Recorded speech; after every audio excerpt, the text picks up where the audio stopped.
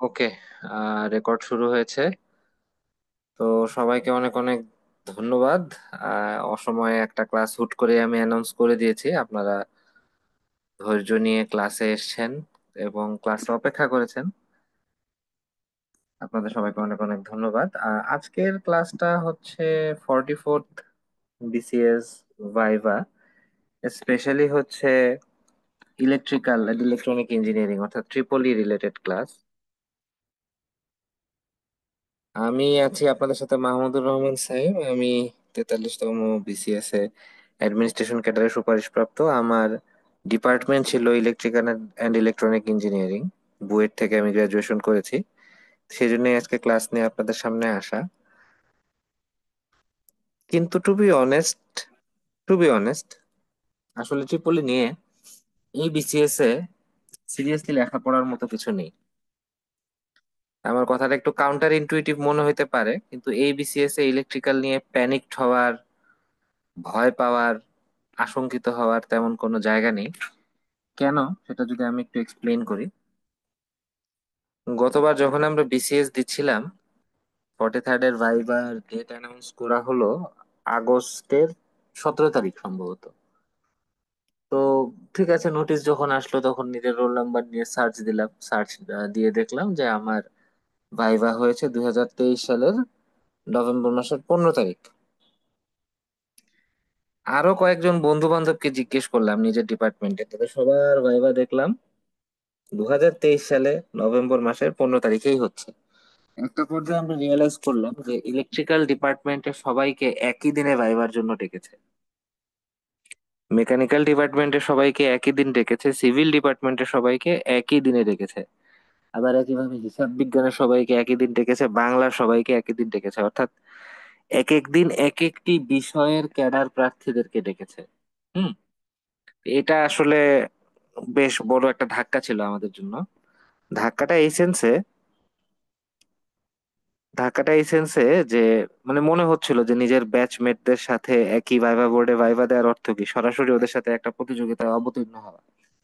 এই দিক দিয়ে আপনারা একটা বেনিফিটে আছেন। এবার আমি যতটুকু দেখেছি আলাদা আলাদা সাবজেক্ট ওয়াইজ বোর্ড গঠন করা হয় নাই। 5ই জানুয়ারি থেকে যে শিডিউলটা দিয়েছে ভাইবার, সেখানে একই দিনে একই ডিপার্টমেন্টের সবাইকে একসাথে ডাকা হয়নি। এখন মনে হতে পারে যে ভাই একই দিনে ডাকুক আর ভিন্ন দিনে ডাকুক, how is that an advantage or disadvantage? Hmm. আসল কথা কি জানেন, যখন একই দিনে ইলেকট্রিক্যালের সবাইকে ডেকেছিল, তখন প্রত্যেকটা বোর্ডে একজন এক্সটার্নাল মেম্বার হিসেবে ইলেকট্রিক্যাল ইঞ্জিনিয়ারিং এর এক্সপার্ট ছিলেন। যেমন আমি যদি আমার ভাইভা অভিজ্ঞতার কথা স্মরণ করি, আমার বোর্ডে একজন এক্সটার্নাল স্যার, তিনি ছিলেন ঢাকা ইউনিভার্সিটির তৎকালীন ট্রিপলি ডিপার্টমেন্টের হেড। হুম। একইভাবে আরো কয়েকটা বোর্ড এমন ছিল যেখানে বুয়েটের প্রফেসররা গিয়েছিলেন। অর্থাৎ আপনার পুরো ভাইবার একটা নির্দিষ্ট অংশই থাকবে যে আপনার সাবজেক্ট নলেজকে জাজ করা হবে, বা আপনার সাবজেক্ট নলেজের পরীক্ষা হবে, সাবজেক্ট নলেজ থেকে প্রশ্ন হবে। এবার যেহেতু তেমনটা হয়নি এবার যেহেতু তেমনটা হয়নি, তার মানে কি একই দিন একই ডিপার্টমেন্টের সবাইকে ডাকে নাই। হয়তো ইলেকট্রিক্যাল আছে, মেকানিক্যাল আছে, সেই সাথে আবার হয়তো বাংলা বা ইংরেজিরও কেউ না কেউ আছে। সুতরাং আগের বারের মতো এখন চাইলেও প্রত্যেকটা বোর্ডে এক্সটার্নাল এক্সপার্ট হিসেবে একজন সাবজেক্ট এর ব্যাপারে নলেজেবল কোনো প্রফেসর বা কোনো একাডেমিশিয়ান কাউকে রাখবে সেই সুযোগ নাই। এটা কি ভালো নাকি খারাপ? তা আমি বলবো যে এটা অ্যাকচুয়ালি ভালো। কেন ভালো? কারণ আমরা যখন প্রিপারেশন নিচ্ছিলাম আমাদের একটা considerable time and effort electrical প্রিপারেশনের পিছে চলে যাচ্ছিল। হ্যাঁ, বেশ বেশ একটা সময় আমাদেরকে এখানে ব্যয় করতে হতো অন্যান্য পড়া বাদ দিয়ে।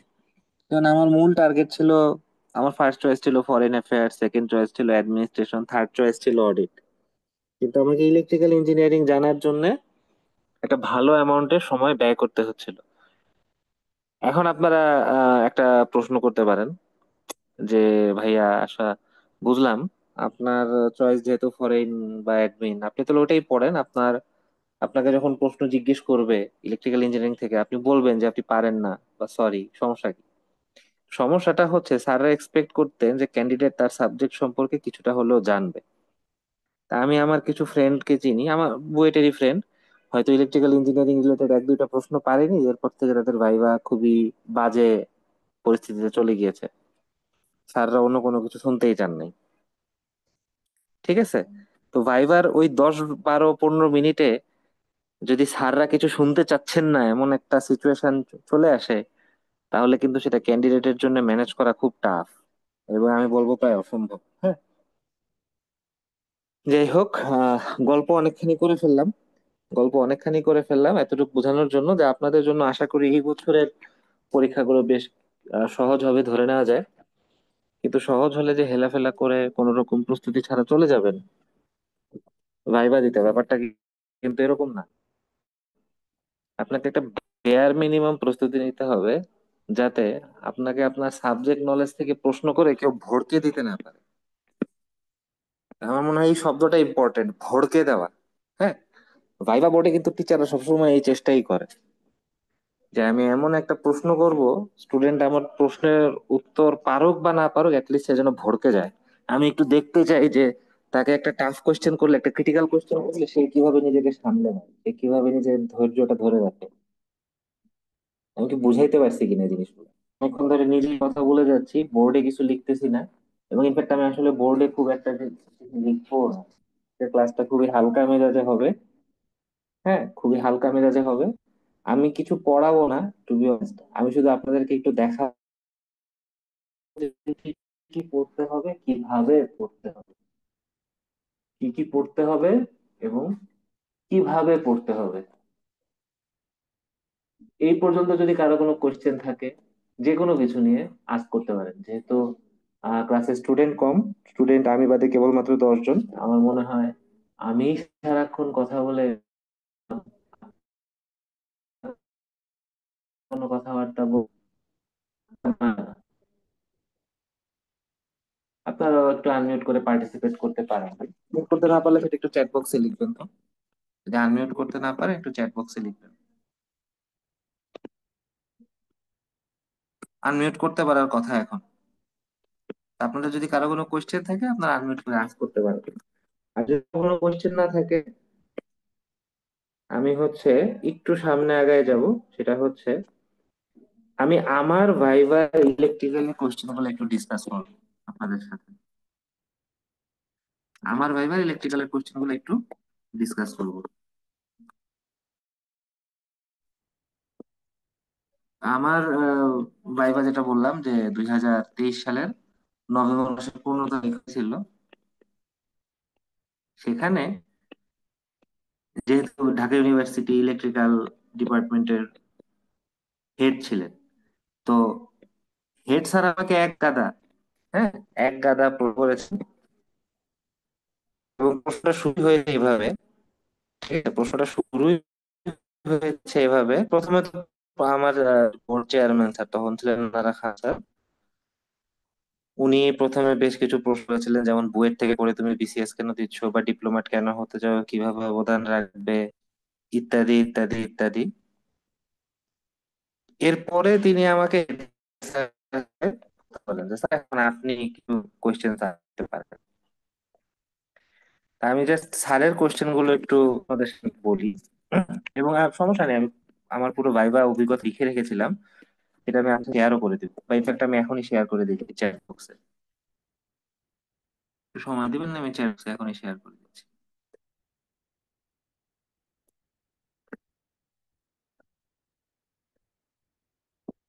পুরো মেসেজ একবারে চ্যাট বক্সে কপি হচ্ছে না।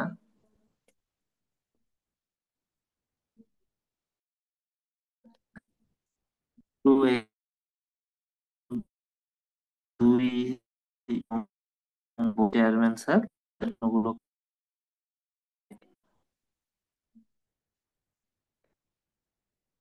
তাদের প্রশ্নগুলো কেটে আমি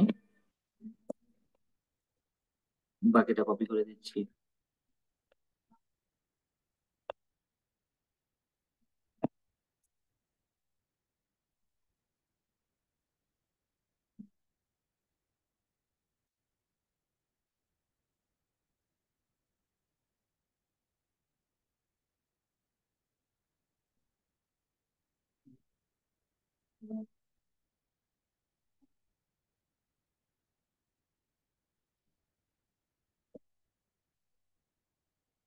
দেখেন তো, প্রথম পার্ট দিয়েছি।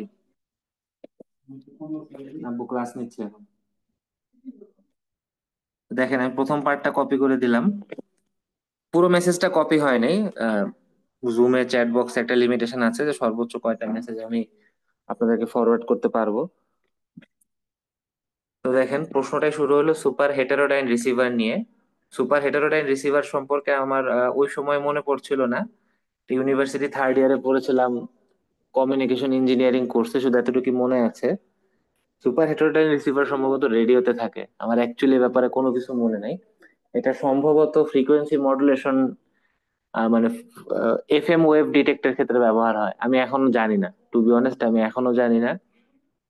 আমি 2021 সালে পাশ করে বের হয়েছি বুয়েট থেকে। তারপর 1.5 বছর আমি কোনো জবে ছিলাম না। আমি কোনো জবে ঢুকি নাই, বিকজ আমার প্ল্যান ছিল যে আমি আমার প্রথম বিসিএস টা ভালো মতো দিতে চাই, চাকরির প্রেশার থেকে মুক্ত হয়ে 100% এফোর্ট বিসিএস এর পিছে দিতে চাই। আহ তো এর ফলে যেটা হয়, এর ফলে আমি অনেকদিন ধরেই টেকনিক্যাল লেখাপড়ার সাথে ছিলাম না। As a result as a result এরকম বেসিক অনেক কিছুই আমার ওই মুহূর্তে মনে ছিল না। এবং ইটস অ্যাকচুয়ালি ওকে, সবকিছু যে মনে থাকবে তা তো না, ইটস অ্যাকচুয়ালি ওকে। এবং আমি প্রস্তুত ছিলাম যে স্যাররা আমাকে যাই জিজ্ঞেস করে না কেন, আমি sorry sir, sorry sir, sorry sir বলে বলে দেবো। I was ready to be sorry. হ্যাঁ, at that point in time I was ready to be sorry. তো সেকেন্ড কোশ্চেন হচ্ছে, অ্যানালগ মডুলেশন সম্পর্কে জানেন কি কি ধরনের মডুলেশন আছে? বললাম sir, amplitude modulation, frequency modulation এবং ফেজ মডুলেশন আছে। তো বললো যে লম্বা দূরত্বে যদি আমি মেসেজ পাঠাই, রিসিভারে কোন ধরনের মডুলেশন ব্যবহার করলে নয়েজের বিরুদ্ধে ভালো ফলাফল পাওয়া যাবে? নয়েজের বিরুদ্ধে অবশ্যই ভালো মডুলেশন হচ্ছে ফ্রিকোয়েন্সি মডুলেশন। হ্যাঁ, ফ্রিকোয়েন্সি মডুলেশনের কারণে ক্যারিয়ার সিগন্যালের ফ্রিকোয়েন্সি চেঞ্জ করা হয়। দেখা যায় যে অ্যামপ্লিটিউড মডুলেশনে যেটা হয়, অ্যামপ্লিটিউড মডুলেশনে মেসেজ সিগন্যাল দিয়ে মেসেজ সিগন্যাল দিয়ে চেঞ্জ করা হয় অ্যামপ্লিটিউডটা। অ্যামপ্লিটিউড যদি চেঞ্জ করা হয়, যে কোনো নয়েজের উপস্থিতিতে সেই অ্যামপ্লিটিউডটা কিন্তু প্রভাবিত হয়। যে কোনো নয়েজের উপস্থিতিতে অ্যামপ্লিটিউডটা প্রভাবিত হয়। আর অ্যামপ্লিটিউড যখন প্রভাবিত হবে, আলটিমেটলি ওই নয়েজটা কি মেসেজের সাথে মিক্স হয়ে যাবে। এই কারণে অ্যামপ্লিটিউড মডুলেশন খুব একটা ভালো পারফরমেন্স দিতে পারে না। কিন্তু ফ্রিকোয়েন্সি মডুলেশনে কি হয়, ফ্রিকোয়েন্সি মডুলেশনে মেসেজটা লুকিয়ে রাখা হয় সিগন্যালের ফ্রিকোয়েন্সির ভেতর। সিগন্যালের ফ্রিকোয়েন্সির ভেতর যদি মেসেজ লুকিয়ে রাখা হয়, ফ্রিকোয়েন্সিটা কিন্তু আসলে নয়েজ দ্বারা প্রভাবিত হয় না। কি বললাম? নয়েজ দ্বারা প্রভাবিত হয় অ্যামপ্লিটিউড, ফ্রিকোয়েন্সিটা নয়েজ দ্বারা প্রভাবিত হয় না। আমি জানি না মনে আছে কিনা, ফ্রিকোয়েন্সি যদি আমি দেখি, একটা নয়েজের ফ্রিকোয়েন্সি হচ্ছে আইডিয়ালি অনেক বেশি। নয়েজের ফ্রিকোয়েন্সি আইডিয়ালি অনেক বেশি হয়। ঠিক আছে? তো এই কারণে যখন কোনো ফিল্টার ইউজ করা হয়, একটা ফ্রিকোয়েন্সি ফিল্টার বা একটা ফুরিয়ার ট্রান্সফর্ম যখন আপনি করবেন, ফুরিয়ার ট্রান্সফর্ম করলে কি আপনি যে কোনো সিগন্যালের ফ্রিকোয়েন্সি কম্পোনেন্ট জেনে যাবেন না? এখন ধরেন আপনার সেখানে থাকার কথা 50 হার্টজ, 100 হার্টজ, হুট করে দেখলেন 10,000 হার্টজে ফ্রিকোয়েন্সিতে কিছু নয়েজ আছে। ওটা কি আপনার জন্য তখন ফিল্টার আউট করে দেওয়াটা ইজি হয়ে যাবে? ঠিক না? তো এই কারণে কি ফ্রিকোয়েন্সি মডুলেশন করলে নয়েজ দ্বারা ইফেক্টেড হয় কম। তো দুইটা প্রশ্ন আসছে চ্যাট বক্সে, যে আগের বছরের টেকনিক্যাল প্রশ্নগুলো কোথায় পেতে পারি। আগের বছরের টেকনিক্যাল প্রশ্নগুলো আসলে কোথায় পেতে পারি ভাইয়া, এটা আমার জানা নেই এই কারণে, কারণ হচ্ছে আগের বছরের টেকনিক্যাল কোশ্চেন আমি কোথাও ঘাটিনি। কোথাও আছে কিনা সেটা আমি ঘাটি নাই। হুম। কেন ঘাটি নাই? কারণ আমার কাছে মনে হয়েছে আমার জেনারেল ক্যাডারের যে সাবজেক্ট গুলো আছে ওটার পিছনে আমার এফোর্ট দেওয়া দরকার বেশি। এখন কমিউনিকেশন বলতেছি, ইলেকট্রিক্যাল ইঞ্জিনিয়ারিং এর যে অংশটা, আমি যদি এখানে কনসিডারেবল এফোর্ট দিয়ে দিই, আলটিমেটলি আমার এই পার্টে বেশি নাম্বার পেয়ে তো লাভ নেই, কারণ আমার তো টেকনিক্যাল ক্যাডার টার্গেট ছিল না। তো আমার টার্গেট ছিল যে আমি বেয়ার মিনিমামটা কভার করব ইলেকট্রিক্যাল ইঞ্জিনিয়ারিং এ, বেয়ার মিনিমামটা কভার করব। ঠিক আছে, বেয়ার মিনিমামটা কভার করে দেন আমি জেনারেল ক্যাডারের টপিক গুলোতে কোপ দিব। এটা ছিল আমার প্ল্যান।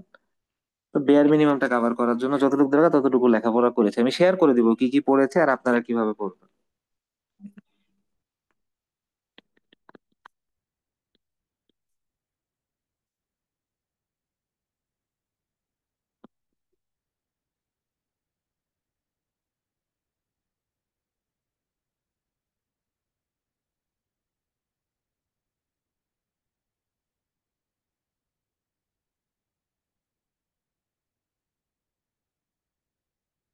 একটু ওয়েট করবেন।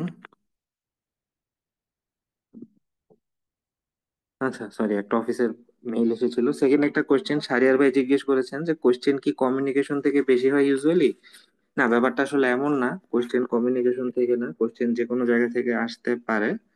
আমার ক্ষেত্রে কমিউনিকেশন থেকে প্রশ্নটা বেশি আসার কারণ হচ্ছে যখন আমাকে বলেছিল ইন্ট্রোডিউস ইউরসেলফ, তখন আমি একটু চালাকি করে বলে দিয়েছিলাম যে আমি বুয়েট থেকে গ্রাজুয়েশন করেছি, আমার মেজর ছিল কমিউনিকেশন। পাশাপাশি যখন আমাকে বলেছিলেন যে আচ্ছা তুমি বুয়েট ইলেকট্রিক্যাল থেকে গ্রাজুয়েশন করে বিসিএস কেন দিতে চাচ্ছ, তখন আমি বলেছিলাম যে স্যার আমি গ্রাজুয়েশন করেছি ইলেকট্রিক্যাল থেকে, আমার মেজর ছিল কমিউনিকেশন, কিন্তু এখন আমি কাজ করছি রিনিউয়েবল এনার্জি নিয়ে। অর্থাৎ আমি বিশ্বাস করি আমার মধ্যে অ্যাডাপ্টেবিলিটি আছে, যে কোনো কঠিন পরিস্থিতির সাথে আমি খাপ খাইয়ে নিতে পারবো, যে কোনো চ্যালেঞ্জ মোকাবেলা করতে পারবো। আমার নিজের এখন পুরো অ্যান্সার মনে নেই, বাট এরকম কিছু একটা অ্যান্সার দিয়ে আমি এরকম একটা ইমপ্রেশন ক্রিয়েট করেছিলাম যে আমি কমিউনিকেশনের স্টুডেন্ট। তো একবার দুইবার যখন এই প্রসঙ্গটা আমি একটা সাটল ওয়েতে করেছি, রিপিট করেছি, এর ফলে যেটা হয়েছে, এর ফলে আমার কাছে মনে হয় যে স্যার যখন প্রশ্ন করেছেন, স্যারের প্রশ্নগুলো ঘুরে ফিরে কমিউনিকেশন কেন্দ্রিক ছিল। হয়ে থাকতে পারে, এটা আমি জানি না, হয়ে থাকতে পারে। চেষ্টা করেছি যতটুকু সম্ভব স্যারদেরকে গাইড করা, যে স্যার আপনি এদিকে আসেন, আমাকে এটা নিয়ে প্রশ্ন জিজ্ঞেস করেন। যেমন আমি রিনিউয়েবল এনার্জিও বেশ কয়েকবার স্যারদের সামনে উচ্চারণ করেছিলাম, এবং এই কারণে আমার রিনিউয়েবল এনার্জি থেকে প্রায় 8 মিনিট আমার ভাইবা হয়েছিল। হুম। আমি ইটকলে চাকরি করছি রিনিউয়েবল এনার্জি ডিপার্টমেন্টে, ইনফ্রাস্ট্রাকচার ডেভেলপমেন্ট কোম্পানি লিমিটেড। এটা নিয়ে প্রায় 6 থেকে 8 মিনিট প্রশ্ন করেছিল আমাকে। যাই হোক, তো দেখেন আপনারা পরের প্রশ্নগুলো দেখতেছেন তো আস্তে আস্তে কমিউনিকেশন থেকে স্যার আরো আগাচ্ছেন। হ্যাঁ, যে ট্রানজিস্টর নামটা কিভাবে এসছে বলতে পারেন? স্যার ট্রানজিস্টর শব্দটি এসেছে ট্রান্সফার অফ রেজিস্টার থেকে। আমি মেকানিজমটা জানতে চাচ্ছি স্যার, আমার আসলে পুরো মেকানিজমটা জানা নেই, শুধু এতটুকু জানা আছে যে দুটি নেটওয়ার্কের ইম্পিডেন্স ম্যাচিং করা হয়। এখন আপনাদের কি মনে হচ্ছে যে আমি কি ওই মুহূর্তে এই প্রশ্নের অ্যান্সার জানতাম? ট্রানজিস্টর মানে ট্রান্সফার অফ রেজিস্টার, দুইটা নেটওয়ার্কের ইম্পিডেন্স ম্যাচিং করা হয়, এগুলো আমি জীবনে জানতাম না। ওই মুহূর্তে বোম মারলেও আমার মুখ দিয়ে এই উত্তর বের হতো না। তা আমি এটা কেমনে জানলাম, কেমনে উত্তর দিতে পারলাম? দেখেন, আমার আগে যে 1 2 3 4 জন ভাইবা দিয়ে বের হয়েছে, তারা বের হলে কিন্তু আমরা ঘিরে ধরতেছিলাম যে ভাই কি জিজ্ঞেস করছে একটু বলেন, কি জিজ্ঞেস করছে একটু জানান, কি জিজ্ঞেস করছে, এগুলোর উত্তর কি হতে পারে, ইত্যাদি ইত্যাদি ইত্যাদি। আমার আগে স্যার আরেকজনকে ভেতরে জিজ্ঞেস করেছিলেন ট্রানজিস্টর শব্দটি কি জানো কিনা, কেমনে কি হয় না হয়। সে যখন বাইরে এসে প্রশ্নগুলো বলেছিল, ওই একই দিন বোর্ডে আমার আরেক ব্যাচমেট ছিল রুয়েটের, সে বিমানে চাকরি করছিল ওই মুহূর্তে। তো বিমানের চাকরিতে যেহেতু ছিল, ওর আবার টেকনিক্যাল নলেজ আমার চেয়ে একটু বেশি সাউন্ড ছিল। সে গটাগট উত্তর বলতেছিল এবং সেই উত্তরগুলো আমি পটাপট মুখস্থ করতেছিলাম। ঠিক আছে, সহজ হিসাব ভাইয়া, সব কিছু কিন্তু পারবেন না, কিন্তু অল্প মুহূর্তে স্প্লিট সেকেন্ড ডিসিশনের মধ্যে আপনাকে অনেক কিছু শিখে নিতে হবে, এটা ডেলিভার করতে হবে। বুঝছেন না? চোখ কান খোলা রাখতে হবে। আপনি যেহেতু সিভিল সার্ভিসে আসতে চান, একজন সিভিল সার্ভেন্ট হতে চান, আপনাকে এতটুকু চালাকি কিন্তু করতেই হবে। দেখেন স্যার, পরের প্রশ্নে গেল কন্ট্রোল রুম আর বিমানের মধ্যে যোগাযোগ রক্ষা করা হয় কিভাবে। স্যার এখানে রাডার প্রযুক্তি ব্যবহার করা হয়। এটা আমি আন্দাজেই বলছি। হ্যাঁ, আন্দাজেই বলছি। আমি ভাবছি রাডার দিয়ে তো আকাশ পথে যে কোনো কিছুর অস্তিত্ব ডিটেক্ট করা যায়, হয়তো বিমানের অস্তিত্ব ডিটেক্ট করে রাডারের মাধ্যমে, সেটাই হয়তো স্যার বোঝাচ্ছেন। পরে বললেন স্যার না, রাডার না, ভয়েস কমিউনিকেশনের জন্য কি করা হয়। সেটা কি জানেন? আমি তো আসলে তখন আর কিছু বলতে পারি। এরপর স্যার চলে গেলেন পাওয়ার ফ্যাক্টর কি, বললাম স্যার পাওয়ার ফ্যাক্টর হচ্ছে রিয়েল পাওয়ার এবং ভোল্ট অ্যাম্পিয়ারের অনুপাত। তো বললো যে না, এইভাবে না, অ্যাঙ্গেল দিয়ে সংজ্ঞায়িত করে। তো ঠিক আছে, স্যার জানতে চাচ্ছিলেন যে কিসের কিসের মধ্যে অ্যাঙ্গেল আমি জানি কিনা। আমি বললাম যে হ্যাঁ স্যার, ভোল্টেজ এবং কারেন্টের মধ্যবর্তী কোণের কোসাইন অনুপাত। তো দেখেন, তারপরে স্যার আরো ভিতরে আরো বেসিকে স্যার ঢোকার চেষ্টা করতেছেন। হ্যাঁ, স্যার কিন্তু শুরুতে এক দুইটা কঠিন প্রশ্ন জিজ্ঞেস করে ফেলছেন। কমিউনিকেশন থেকে ওনার প্রশ্ন মোটামুটি একটু কঠিন ছিল, frequency modulation, analog modulation, amplitude, হাবিজাবি, ওগুলা ওটা পারছি। ট্রানজিস্টর অর্ধেক পারছি বলতে পারেন। এখন স্যার হচ্ছে একটু সহজ প্রশ্নে যাচ্ছেন, পাওয়ার ফ্যাক্টর বা একটু বেসিকে যাচ্ছেন, ফার্স্ট ইয়ারের প্রশ্নে, সহজ বলবো না, ফার্স্ট ইয়ারের প্রশ্নে যাচ্ছেন। তো দেখেন, জিজ্ঞেস করলো যে অ্যাঙ্গেলটা কি বেশি হওয়া ভালো না কম হওয়া ভালো। তো তো স্বাভাবিক বললাম যে স্যার অ্যাঙ্গেল কম হওয়া ভালো। কারণ কস থিটা যদি অ্যাঙ্গেলের মান কম হয় তাহলে পাওয়ার ফ্যাক্টরের মান বেশি হবে, আর আমরা বেশি পরিমাণে রিয়েল পাওয়ার পাবো। এরপরে স্যার বললেন যে ইন্ডাস্ট্রিতে যে পাওয়ার ব্যাংক ব্যবহার করা হয় সেটা কেন ব্যবহার করা হয়। তা আমি তো মানে মনে হয়েছে যে আমি হয়তো প্রশ্নটা বুঝতে পারছি, প্রশ্নের উত্তরটা আমি দিতে পারবো। আমি তো অনেক উৎসাহ নিয়ে বলতেছি যে স্যার ইন্ডাস্ট্রিতে বেশিরভাগ লোড তো রোটেটিং লোড। আর যে কোনো রোটেটিং লোডে মানে যখন কোনো কিছু ঘূর্ণনশীল থাকে সেখানে ইন্ডাকটেন্স থাকে। ইন্ডাকটেন্স বা ওই যেটা বলা, হ্যাঁ ইন্ডাকটেন্স আর কি, ইন্ডাকটেন্স থাকে। তো এর ফলে কারেন্ট ওয়েভ শেপ ভোল্টেজের যে পিছিয়ে পড়ে ল্যাগিং পাওয়ার ফ্যাক্টর সৃষ্টি হয়। হ্যাঁ। তো আমি এখানে একটা জিনিস ধরে নিছি, স্যার বলছেন পাওয়ার ব্যাংক কেন ব্যবহার করা হয়। আমি আসলে পাওয়ার ব্যাংক হিসেবে উত্তর না দিয়ে উত্তর দিচ্ছিলাম যে পাওয়ার ফ্যাক্টর ইমপ্রুভমেন্ট প্লান্ট কেন ব্যবহার করা হয়। তো উনি যেটাকে পাওয়ার ব্যাংক বলেছিলেন ওটাকে আমি পিএফআই প্লান্ট ধরে দেখেন উত্তর দেওয়া শুরু করে দিছি। এটা হয়তো এক্সাইটমেন্টের কারণে হতে পারে, জানি না কি হয়েছে।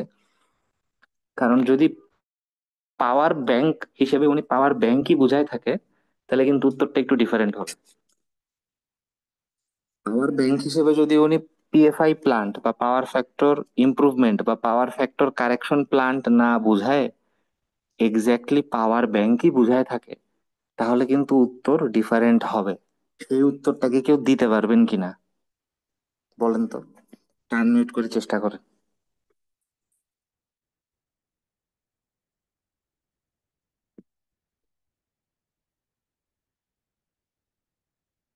একটু চেষ্টা করেন দেখি।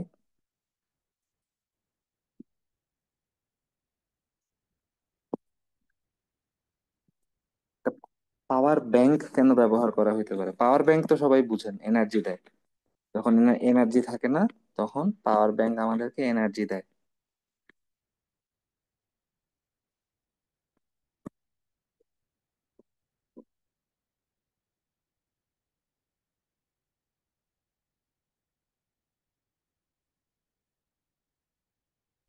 আচ্ছা, প্রশ্নটা আরেকবার বলতেছি।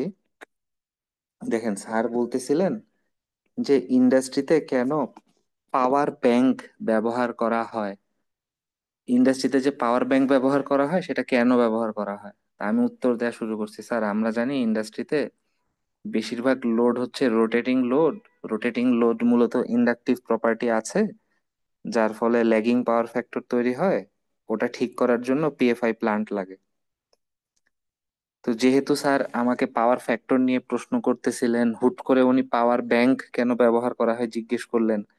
তা আমি ধরে নিয়েছি যে স্যার আমার কাছ থেকে পাওয়ার ফ্যাক্টর ইমপ্রুভমেন্ট সম্পর্কে জানতে চাচ্ছেন বা পিএফআই প্লান্ট সম্পর্কে জানতে চাচ্ছেন।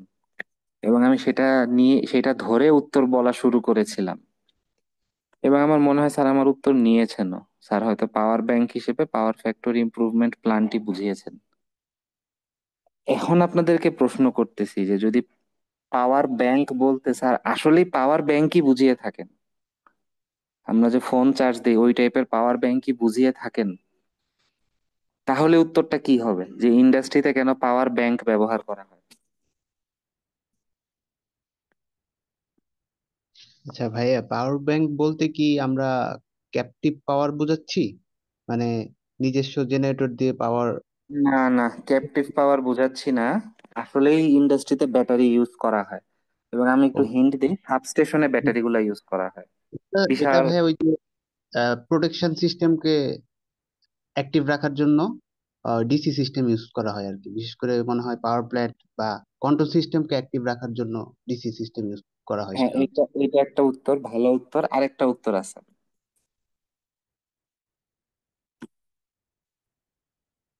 আচ্ছা, একটা উত্তর হয়েছে যে একটা হচ্ছে যে প্রোটেক্টিভ যে সুইচ গিয়ার গুলা আছে, ওদের যে পাওয়ার কনজাম্পশনটা থাকে, কোনো কারণেই যেন ওদের মধ্যে পাওয়ার সাপ্লাই অফ না হয়, এই জন্য একটা ব্যাকআপ পাওয়ার হিসেবে ব্যাটারি রাখা হয়। যে কারেন্ট চলে যাক, জেনারেটর নষ্ট হয়ে যাক, যাই হোক, আমার সুইচ গিয়ার বা কন্ট্রোল মেকানিজমটা, মানে সেনসিটিভ যে মেশিনারি আছে, হ্যাঁ, ইনস্ট্রুমেন্টেশনের যে মেশিনারি আছে বা সেনসিটিভ যে সুইচ গিয়ার গুলো আছে, ওগুলো যেন অফ না হয়, এটা একটা কারণ। আরেকটা কারণ আছে, সেটা হচ্ছে পাওয়ার কোয়ালিটি ধরে রাখা। পাওয়ার কোয়ালিটি ধরে রাখা বলতে কি বোঝাচ্ছি, ধরেন একটা হাইপোথেটিক্যাল সিচুয়েশন, আমি কিন্তু বোর্ডে কিছু লিখতেছি না, এবং আমি শুরুতেও বলছি আসলে আমি বোর্ডে খুব একটা কিছু লিখবো না। হ্যাঁ, আসছি একটু গল্প করব, গল্প করে কিছু প্রশ্ন ধরাই দিব, কেমনে পড়তে হবে বলে দিব, এরপর চলে যাব। বুঝছো না? তো আমি যেমন আপনাদের সাথে গল্প করতেছি, আপনারা আমার সাথে একটু গল্পে অংশ নেন। হ্যাঁ, এটা ক্লাস হিসেবে না নিয়ে ধরেন যে আমরা একটা আড্ডা দিতে বসছি। আমরা সবাই ইলেকট্রিক্যাল ইঞ্জিনিয়ার ধরে নিচ্ছি, আমাদের এখন বিসিএস ভাইভাতে ইলেকট্রিক্যাল ইঞ্জিনিয়ারিং থেকে প্রশ্ন আসবে কিভাবে আমার যে টার্গেট আছে, foreign admin audit customs tax, এইসব থেকে সময় না কমিয়ে আমি ইলেকট্রিক্যালের প্রশ্নগুলো আয়ত্তে আনতে পারি। এটার জন্য আজকের সেশন। হ্যাঁ, তো একটু ইন্টারেক্টিভ হতে হবে। তো পাওয়ার ব্যাংকের আরেকটা কাজ আছে ইন্ডাস্ট্রিতে, সেটা ওই মুহূর্তে মনে মাথায় আসে নাই, এখন মাথায় আসতেছে, এখন বলি। যে কোনো মুহূর্তে, কথার কথা, যে কোনো মুহূর্তে আমার যে পরিমাণ জেনারেশন, তার চেয়ে যদি লোড বেশি হয়ে যায়, তাহলে আমার সিস্টেমের ফ্রিকোয়েন্সি কি বাড়ে না কমে? যে কোনো মুহূর্তে জেনারেশন থেকে লোড বেশি হলে ফ্রিকোয়েন্সি কমে যায়। ফ্রিকোয়েন্সি কমে যায়, অর্থাৎ আমার ভিতরে যে গ্যাস জেনারেটর আছে বা ডিজেল জেনারেটর আছে, ধরি সে 600 কিলোওয়াট জেনারেট করতেছে, কিন্তু আমার লোড হচ্ছে 650 কিলোওয়াট, আমার ফ্রিকোয়েন্সি কি কমে যাবে? একইভাবে আমার লোড যদি হঠাৎ করে নাই হয়ে যায়, লোড হঠাৎ করে 500 কিলোওয়াট হয়ে গেছে, জেনারেটর কিন্তু 600 কিলোওয়াটই জেনারেট করে যাচ্ছে, অর্থাৎ লোডের চেয়ে আমার জেনারেশন বেশি, তখন কি ফ্রিকোয়েন্সি আবার বাড়বে, বেড়ে যাবে? অনেক সময় বিভিন্ন ফ্যাক্টরিতে, বিশেষ করে গার্মেন্টস, এবং গার্মেন্টস এর মধ্যেও সেন্সিটিভ ফ্যাক্টরি যেটা ডাইং, হ্যাঁ, ডাইং ফ্যাক্টরি বা কেমিক্যাল ফ্যাক্টরি, সেখানে পাওয়ার ব্যাংক কি কাজ করে, এই মোমেন্টারি যখন আপ ডাউন হয় জেনারেশন বা লোডে, আপ ডাউন, ফ্রিকোয়েন্সি বেড়ে কমে যায়, এর ফলে যেন মেশিনারিতে কোনো ক্ষতি না হয়, এবং মেশিনারি বন্ধ হয়ে গেল বা কিছু একটা ঝামেলা হইলো, এটা হইলে কি হবে, আমার যে কেমিক্যালের ব্যাচ আছে, কেমিক্যালের পুরো ব্যাচটা নষ্ট হয়ে যাবে না, বাতিল হয়ে যাবে না? ধরেন আমি কথার কথা মেরুন রঙের একটা সুতা বানাবো, কিন্তু আমার মেশিন উল্টাপাল্টা বিহেভিয়ার করছে, ফ্রিকোয়েন্সি আপ ডাউনের কারণে আমার সুতার রং মেরুন না হয়ে খয়েরি হয়ে গেছে বা লাল হয়ে গেছে। তাহলে কি বাইং হাউস আমার সুতা কিনবে, আমার কাপড় কিনবে? কিনবে না কিন্তু। এইসব ক্ষেত্রে ব্যাটারি গুলা কি করে, যখন জেনারেশন ফল করে বা জেনারেশন পিছিয়ে পড়ে, তখন সে সাপ্লাই করে, আবার যখন জেনারেশন দরকারের চেয়ে বেশি হয়ে যায়, তখন সে এনার্জিটা স্টোর করে। মানে মোমেন্টারি যে ফ্লাকচুয়েশন গুলো আছে, সে ফ্লাকচুয়েশনটা অ্যাবজর্ব করে নেয়, সে ফ্রিকোয়েন্সিটাকে স্টেবল রাখে। স্পেশালি যখন কোনো ফ্যাক্টরিতে সোলার পাওয়ার বা renewable energy power plant install করা হয়। রিনিউয়েবল এনার্জি পাওয়ার প্ল্যান্ট কি খুবই ভোলাটাইল একটা পাওয়ার প্ল্যান্ট না? হঠাৎ করে আকাশে একটা মেঘ আসলো, জেনারেশন কমে যাবে। হুট করে মেঘ সরে গেল, জেনারেশন টাস করে বেড়ে যাবে। এই যে জেনারেশন বাড়তেছে কমতেছে, আমার ফ্রিকোয়েন্সি আপ ডাউন হবে না? তো যখন হুটহাট এরকম জেনারেশন বাড়ে বা কমে, অনেক সময় কি হয়, গ্যাস জেনারেটর বা ডিজেল জেনারেটর একা তার সাথে খাপ খাওয়াইতে পারে না। এই জন্য বলা হয় লিথিয়াম ব্যাটারি দিয়ে যদি একটা সার্টেন অ্যামাউন্টের এনার্জি স্টোরেজ মেনটেন করা হয়, যখন অতিরিক্ত জেনারেশন হবে তখন সে এক্সট্রা এনার্জিটা অ্যাবজর্ব করবে, এবং যখন লোড বেশি হয়ে যাবে তখন সে এনার্জি সাপ্লাই করবে। এভাবে সে কি করবে, ফ্রিকোয়েন্সিটাকে স্টেবল রাখবে। হুম। যাই হোক, কথা বলতে গেলে, গল্প করতে গেলে অনেক গল্পই হয়ে যায়। আমি একটু পরের প্রশ্নে যাই। হুম। দেখেন, লাস্টে যে আমি মেসেজটা দিছি যে পাওয়ার ফ্যাক্টর প্ল্যান্ট যদি ব্যবহার করাই হয় তাহলে তো বিল কম আসবে, তাহলে মালিকরা কেন এটা ব্যবহার করতে চায় না? তো এইখানে আমি একটু আন্দাজে বলছি স্যার, মালিক পক্ষ হয়তো এনার্জি এফিসিয়েন্সির সাথে পরিচিত না। তো স্যার বললো যে না, আসলে আপনি টপিকটা থেকে দূরে সরে যাচ্ছেন। হ্যাঁ, এখানে চেয়ারম্যান স্যার আমাকে একটু হেল্প করলো যে আপনি হয়তো প্রশ্নটা বুঝতেছেন না, স্যার জানতে চাচ্ছেন যে সুবিধা হবে এটা জানার পরও কেন করতে চায় না। তা আমি তো তখন বলে ফেললাম, স্যার অনেক ইন্ডাস্ট্রিতে আসলে চোরাইভাবে বিদ্যুতের সংযোগ থাকে, সেক্ষেত্রে তো তারা যে বিলটা ব্যবহার মানে বিদ্যুৎটা ব্যবহার করতেছে তাদের কোনো বিল দেওয়াই লাগতেছে না। তো যদি বিল দেওয়ার কোনো ব্যাপারই না থাকে তাহলে পাওয়ার ফ্যাক্টর প্ল্যান্ট দিয়ে আসলে কি করবে? যদি এমন হতো পাওয়ার ফ্যাক্টর প্ল্যান্ট দিয়ে টাকা সেভ হচ্ছে, তাহলে তারা পাওয়ার ফ্যাক্টর প্ল্যান্ট ইউজ করতো। তো টাকা দেওয়াই লাগে না, তো ছুটির লাইন ইউজ করে। এটা ছিল আমার বক্তব্য। আর তখন স্যার বুঝতে পারছে যে আসলে আমি প্রশ্নটা ধরতে পারতেছি না। পরে স্যার বলতে আচ্ছা ঠিক আছে, সমস্যা নেই, আমার তরফ থেকে আর কোনো প্রশ্ন নেই। তো এখন আমি বুঝতে পারতেছি যে লাস্ট মোমেন্টে এসে হয়তো আমি একটু এক্সাইটেড বা একটু প্যানিকড হয়ে যাচ্ছিলাম, যে কারণে স্যারের প্রশ্নটা ধরতে পারতেছিলাম না, যদিও উনি বেশ কয়েকবার বোঝানোর চেষ্টা করছেন এবং চেয়ারম্যান স্যারও কিন্তু আমাকে হেল্প করার চেষ্টা করছে। ঠিক আছে, এখন আপনার কি মনে হয় বা আপনাদের কি মনে হয় যে কেন পাওয়ার ফ্যাক্টর প্ল্যান্ট ব্যবহার করলে তো ওদের সুবিধা, তারপরও কেন ইউজ করে না?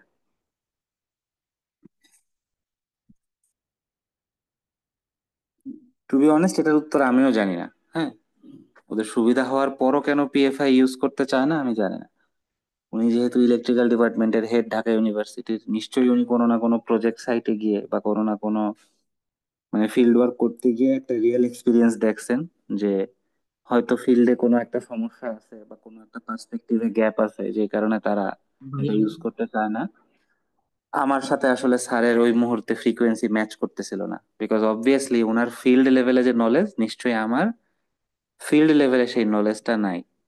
হ্যাঁ, সামির বলো দেখি ভাই। মানে ভাই আমি মানে ডিটেলস বলতে পারবো না বা আমি কতটুকু বুঝাতে পারবো আমি জানি না। আমি হুম রিসেন্ট হুম। ডিপিটিসি তে আমার একটা ইন্ডাস্ট্রিয়াল অ্যাটাচমেন্ট ছিল, ওখানে আর কি দেখেছিলাম ওরা ওই কোশ্চেন আনসারটা দিয়েছে। তো বলো বলো বলো ভাই। কতগুলো পারফেক্টরের, আমরা জানি যে পারফেক্টর কম হলে হলো আমাদের সাধারণত বিদ্যুৎ বিল মানে আমাদের সুযোগ হয় বা কনজিউমার যারা ওরাও লাভবান হতে পারে, বা যারা আমাদের ডিপিটিসি বা ডেস্কো ওদের যে বিজনেসটা সেটাও ভালো হওয়ার কথা, তারপরও পারফেক্টরের এই জিনিসটা ইউজ করে না ভাইয়া। মিটারিংও প্রবলেম হয় বা ওদের টেরিফ বিভাগে প্রত্যেকটা ঢাকার প্রত্যেকটা রিজিয়নের প্রত্যেকটা ইন্ডাস্ট্রি বা প্রত্যেকটা প্রতিষ্ঠানের জন্য এক একটা সার্টেন টেরিফের বিল থাকে ভাইয়া। হুম হুম। তো ওই যখন আপনার পারফেক্টরটা ইউজ করে তখন টেরিফ বিভাগের এই বিলটার সাথে ওই পারফেক্টরটা হিসাব করতে গেলে মানে লোডের চেয়েও যদি কোনো একটা ভ্যালু যদি বেশি চলে আসে তখন হলো ভাইয়া মিটারিং এ প্রবলেম হয়। এরকম কিছু একটা আর কি আমাদেরকে ভাইয়া বলা হয়েছে আর কি। এই জন্য আর কি ওরা ওই পারফেক্টরের মানে এই যে অ্যাডভান্টেজটা ওটা ওরা নিতে পারে না, চাইলেও নিতে পারে না আর কি। আচ্ছা, তোমার উত্তরটা যে খুব বেশি বুঝছি তা না, কিন্তু এখন এতটুকু রিয়েলাইজ করতেছি যে আসলে পাওয়ার ফ্যাক্টর ইউজ করলে সুবিধা, মানে পিএফআই প্ল্যান্ট ইউজ করলে সুবিধা হবে, তারপরেও ইউজ না করার মানে বেশ স্পেসিফিক টেকনিক্যাল একটা রিজন আছে। এটা যে জি ভাই। কমন সেন্স থেকে বলে দেওয়া যাবে ব্যাপারটা এরকম না, খুবই স্পেসিফিক একটা অ্যান্সার নাকি? তাই তো মনে হচ্ছে। এরকমই এরকমই ভাইয়া, মানে এখানে কিছু ইস্যুস ভাইয়া এখানে মানে কানেক্টেড টেরিফ, তারপর মিটারিং, এরকম কিছু একটা হুম আর কি হুম। ভাইয়া আমাদেরকে বলা বলা হয়েছে আর কি এখান থেকে। না না, তাহলে তো ভালো ভালো একটা জিনিস তাহলে জানলাম। ধন্যবাদ সামির। আহ, জি ভাই। পাশাপাশি আপনারা যারা আছেন, আপনারা যদি এখানে এক দুটা রিজন অ্যাড করতে চান যে এটা হয়ে থাকতে পারে। হুম। কারণ দেখেন, আমার পিএফআই প্ল্যান নিয়ে যতটুকু জানা, আমি তো ডিস্ট্রিবিউশনে কাজ করি না, আমি যতটুকু বুঝি ততটুকু বলি। যে কোনো ইন্ডাস্ট্রি, যে কোনো ইন্ডাস্ট্রিতে কি রোটেটিং লোড থাকে বা ইন্ডাকটিভ লোড থাকে।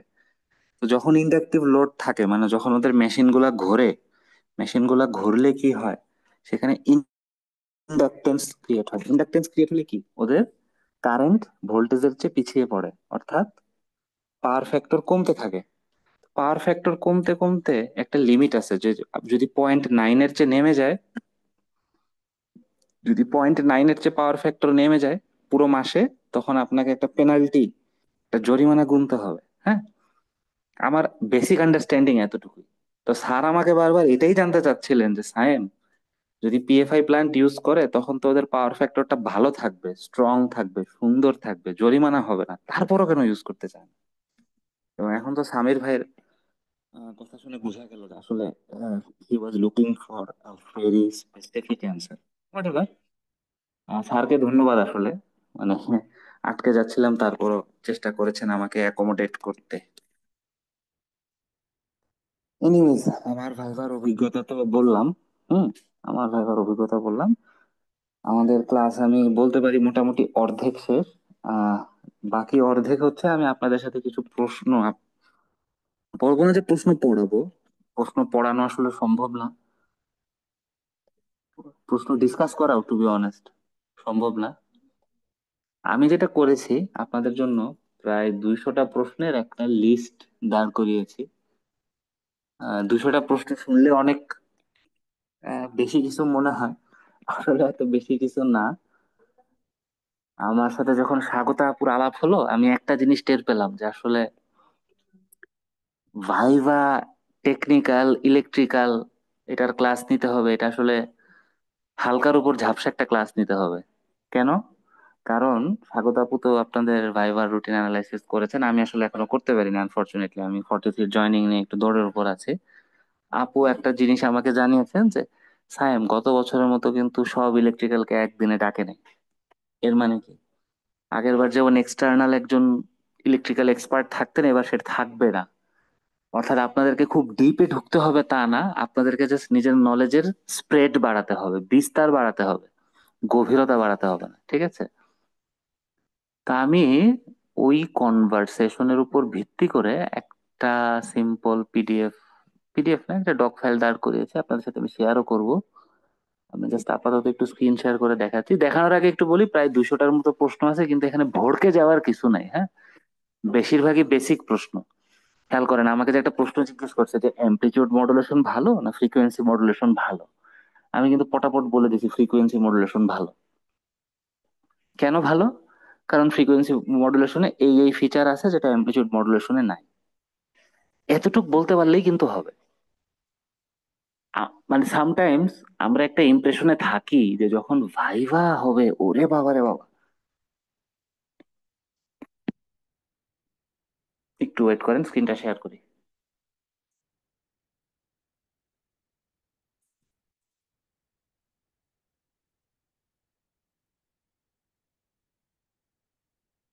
আমরা অনেক সময় একটা ইমপ্রেশনে থাকি যে ভাইভা মানে ওরে বাবা রে বাবা, একেবারে জ্ঞানের সাগর, বিদ্যার জাহাজ, বিদ্যে বোঝাই মহাশয়, একদম যা জিজ্ঞেস করবে সব প্রশ্নের উত্তর দিয়ে উড়ায় দিতে হবে। ব্যাপারটা কিন্তু এরকম না। আপনি একটা প্রশ্নের উত্তর দেওয়ার জন্য, ভাই বিশ্বাস করেন, হ্যাঁ বিশ্বাস করেন, আপনি মনে হয় না একটা প্রশ্নের উত্তর দেওয়ার জন্য 1 থেকে 1.5 মিনিটের বেশি সময় পাবেন। বুঝছেন? এর চেয়ে বেশি আপনি সময় পাবেন না। এই 1-1.5 মিনিটের ভেতর না বিদ্যাসাগর সাজার কোনো সুযোগ নেই, বিদ্যাসাগর সাজার সুযোগ নাই। পাশাপাশি আপনি এখানে একেবারে থিসিস করবেন, উত্তরের গভীরে চলে যাবেন, স্যারদেরকে ডান পক্ষ সমান সমান বাম পক্ষ প্রমাণ করে দিয়ে আসবেন, এই সুযোগও নেই। আপনি নিজে চিন্তা করেন, আপনি নিজে চিন্তা করেন, একটা প্রশ্নের উত্তর যদি আপনি 1 মিনিট দেন, 1 মিনিটে আপনি সর্বোচ্চ কয়টা বাক্য বলতে পারবেন? যদি একটা বাক্য বলতে আপনার 6, 7, 8 সেকেন্ড করে সময় লাগবে, আপনি কিন্তু 8টা থেকে 10টার বেশি বাক্য বলতে পারবেন না। 8টা থেকে 10টা বাক্য মানে কি বুঝতেছেন? জাস্ট বেসিক জিস্ট দেওয়া, আর কিছুই না। You got my point? তো দেখেন, এই যে ইলেকট্রিক্যাল সার্কিটে বেশ কিছু বেসিক প্রশ্ন আমি দাঁড় করেছি, আমি জাস্ট প্রশ্নগুলো একটু রিডিং করে যাব, ঠিক আছে? Significance of sign convention. Screen দেখা যাচ্ছে তো? সবাই একটু জানাবেন। স্ক্রিন তো দেখা যাচ্ছে আমার, তাই না? জি ভাইয়া, দেখা যাচ্ছে। হ্যাঁ, শিওর। তো দেখেন, significance of sign convention, super node method when it is used. হ্যাঁ, এখন দেখেন, আপনাকে যখন এই প্রশ্ন করবে, এটার উত্তর কিন্তু সিম্পলি 3 লাইন। সুপার নোড কি? যখন সার্কিট অ্যানালাইসিসে যখন দুটি ভিন্ন নোডের মধ্যে একটি ভোল্টেজ সোর্স থাকে, তখন স্যার ওই পুরো অংশটি মিলিয়ে একটি একক সুপার নোড হিসেবে চিন্তা করা হয়। সাদিকুর বইয়ের এক লাইনের একটা সংজ্ঞা ইংরেজিতে ছিল, আপনি বাংলায় সুন্দর করে বলবেন, আর কিন্তু কিছু না। বুঝছেন না? এই 2-3 লাইনে কিন্তু অ্যান্সার। তো why is Thevenin theorem applied in circuit analysis? হ্যাঁ, এটা টার্মিনালের ভেতরে যত ভাবে, যত বিন্যাস, যত সমাবেশে লোড পরিবর্তিত হোক না কেন, আমি পুরো নেটওয়ার্ককে একটি একক রোধ অর্থাৎ আর থেভেনিন এবং একটি একক ভোল্টেজ সোর্স মানে ভি থেভেনিন দ্বারা প্রকাশ করব। এই জন্যই থেভেনিন থিওরেম অ্যাপ্লাই করা হয়। ম্যাক্সিমাম পাওয়ার ট্রান্সফারের বেসিক প্রিন্সিপাল কি? R Thevenin is equal to R load হতে হবে। রাইট? এক লাইন করে বলে বলে যাচ্ছে। আসেন ইম্পিডেন্স, অ্যাডমিটেন্স, ফেজর ডায়াগ্রামের significance, peak value, RMS value, average power transfer, maximum average power transfer আর কি। ম্যাক্সিমাম এভারেজ পাওয়ার ট্রান্সফার মানে কি? হাফ ইন্টু পারা উচিত সবার, half into voltage peak value into কারেন্টের পিক ভ্যালু। হাফটা কেন হয়?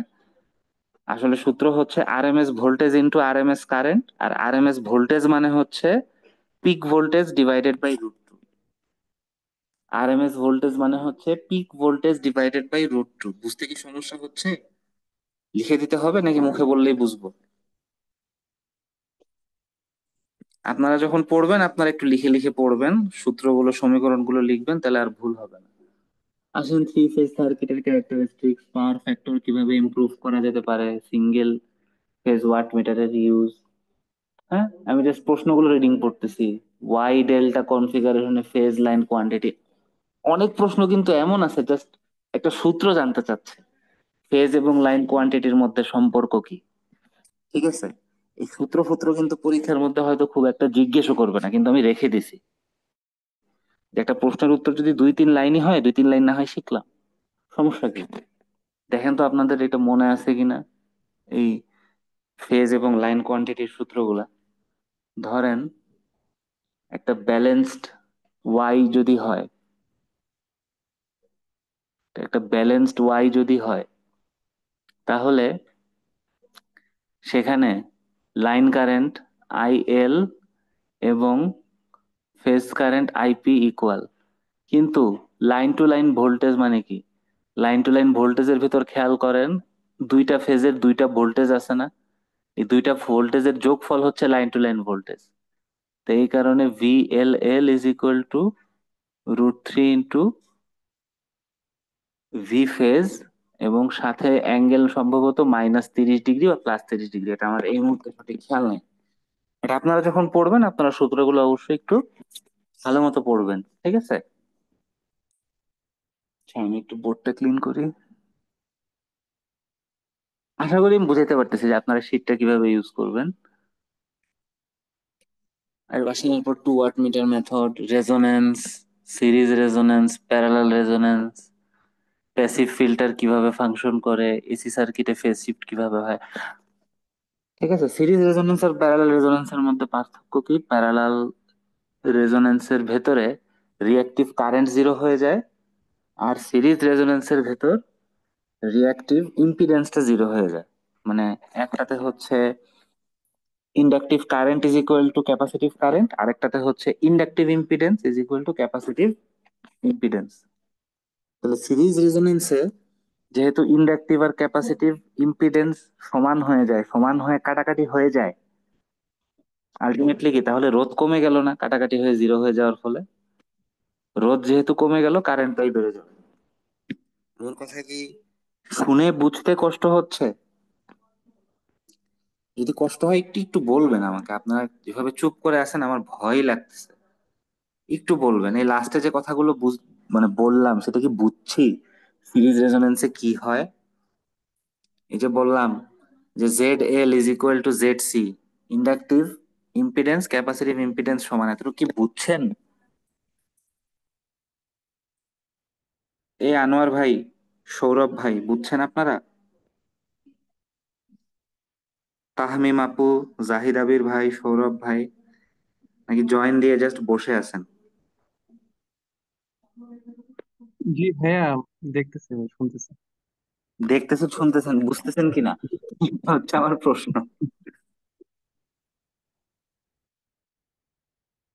আচ্ছা, এখানে কবি নীরব হয়ে গেল আনফরচুনেটলি। যাই হোক, এরপর আসেন ইলেকট্রনিক্স, আইডিয়াল ডায়োড থিওরি, কিভাবে ডায়োড লজিক গেট হিসেবে কাজ করে, বিভিন্ন প্র্যাকটিক্যাল ডায়োড মডেল ব্যাখ্যা করো, জেনার ডায়োডের ক্যারেক্টারিস্টিক অ্যাপ্লিকেশন, হাবি জাবি অনেক কিছু আছে। এখন ধরেন এই প্রশ্নগুলোর উত্তর কিভাবে বের করবেন, হ্যাঁ, এটা আমার ক্লাসের লাস্ট টপিক। এই প্রশ্নগুলোর উত্তর কিভাবে বের করবেন সেটা একটু আপনাদেরকে দেখাই দিই। যেমন মনে করেন, যেমন মনে করেন আহ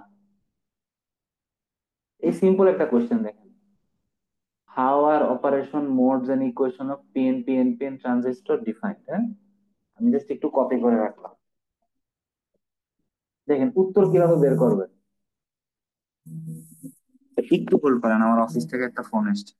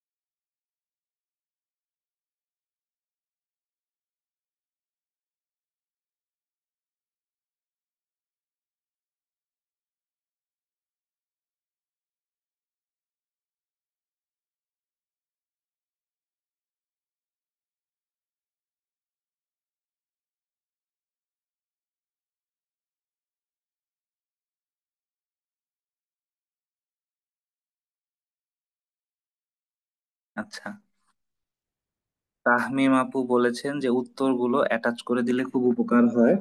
উত্তর আসলে আমি অ্যাটাচ করে দিব না, কিন্তু উত্তর আপনারা কিভাবে বের করবেন সেটা আমি আপনাদের সামনে একটু প্রেজেন্ট করতে চাচ্ছি। আমার স্ক্রিন কি দেখা যাচ্ছে? জি ভাইয়া, দেখা যাচ্ছে। আচ্ছা, এখন দেখেন, আমাদের বই পড়তে হবে না, সব বইয়ের আসল বই মিস্টার চ্যাট জিপিটি, সেখান থেকে আপনারা উত্তর সব বের করতে পারবেন। উত্তরটা কিভাবে বের করবেন এটা একটু দেখাই, হ্যাঁ, এটা একটু দেখাই। একটা সিম্পল প্রম্পট দিবেন, suppose you are triple E GPT, লিখলেন, হ্যাঁ, you did your BSc in EEE from UC Berkeley, where you were the top of your class with a CGPA of কত দিব? ওকে, সিজিপিএ 3.97 দিই। তাদের একটু কলঙ্ক থাকে, ওকে ফুল সিজিপিএ 4 দিলাম না। তো এই জিনিসটাকে বলা হয় প্রাইমিং, হ্যাঁ, PRIMING, প্রাইমিং। মানে চ্যাট জিপিটি কে আমি একটা পার্সোনালিটি দিচ্ছি, একটা অরা দিচ্ছি। সেই অরাটা কি?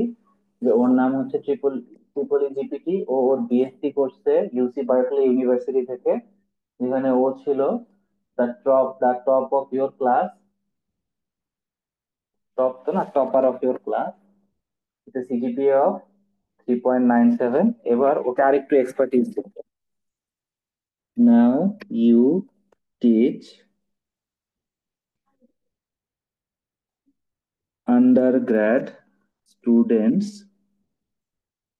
Tripoli courses at the Yale university, মানে ও যে শুধু ইউসি বার্কলে থেকে ট্রিপলি নিয়ে লেখাপড়া করছে তাই না, ও হচ্ছে আন্ডারগ্রেড স্টুডেন্টদের ট্রিপলি কোর্স নেয় কোথায়? ইয়েল ইউনিভার্সিটিতে। Assume I am one of your students, I shall ask you some questions and you have to explain them to me like you normally would to an undergrad student. ঠিক আছে, কি বললাম? assume I'm one of your students, I shall ask you some questions and you have to explain them to me like you normally would to an undergrad student। ঠিক আছে, copy করে নিলাম। এবার আমি যদি প্রম্পট এটা দেই, ঠিক আছে, he is ready to help, ও বলছে রেডি টু হেল্প, যে কোনো একটা প্রশ্ন নেন। What are the operation modes and equations of PN PN PN? কিচ্ছু না, আপনি জাস্ট কোশ্চেনটা কপি করেন, কপি করেন, পেস্ট করেন, ফাটাফাট উত্তর চলে আসবে। ঠিক আছে, একদম ফাটাফাট উত্তর চলে আসবে। এখন দেখেন ও যেরকম উত্তর দিচ্ছে, প্রথমে স্ট্রাকচার ওভারভিউ দিল। এপিএন এ কি দুই পাশে এন টাইপ থাকে, মাঝখানে থাকে পি টাইপ, আর পিএনপি তে দুই পাশে থাকে পি টাইপ, মাঝখানে থাকে এন টাইপ। এরপর সে তিনটা টার্মিনালের পরিচয় দিচ্ছে, এমিটার, বেস, কালেক্টর। এরপর সে অপারেশন মোড দেখাচ্ছে, অ্যাক্টিভ মোড, এটা শর্ত কি? ইবিজে মানে emitter base junction forward bias থাকবে, এবং CBJ collector base junction reverse bias থাকবে। তো এই অবস্থায় অ্যাক্টিভ মোডে সে কি করে? অ্যাক্টিভ মোডে সে অ্যাম্প্লিফাই করে। Cut off mode, cut off mode মানে কি? বোথ জাংশন এমিটার বেস এবং collector base both reverse bias. আচ্ছা, রিভার্স বায়াসে কি হয়? রিভার্স বায়াসে ট্রানজিস্টর মানে কাট অফ মোডে transistor off. Saturation mode, saturation mode মানে কি? এমিটার বেস কালেক্টর বেস দুটাই হচ্ছে ফরওয়ার্ড বায়াস। এখানে এটা কি থাকে? এখানে এটা ক্লোজ সুইচের মতো কাজ করে। আর একটা হচ্ছে রিভার্স অ্যাক্টিভ মোড, যেটা খুব একটা ইউজ হয় না। এই উত্তর পাইছেন সবাই? এবার দেখেন ইকুয়েশন আছে, সব আছে, লাস্টে একটা টেবিল দিয়ে দিছে। ঠিক আছে, এখন ধরেন আপনার ভাল লাগতেছে না এত বেশি অ্যান্সার বা এত বড় বড় উত্তর, আপনার ভাল লাগতেছে না। আমি বলি could you be more concise, I need answers that I can tell others in maximum 2 minutes, মানে আমি ম্যাক্সিমাম 2 মিনিট সময় পাবো কথাগুলো বলার জন্য। আমি 2 মিনিটের মধ্যে বলতে পারি এমন ভাবে তুমি আমাকে একটু অ্যান্সার গুলো বলো। ঠিক আছে ভাই, এই দেখেন ম্যাজিক।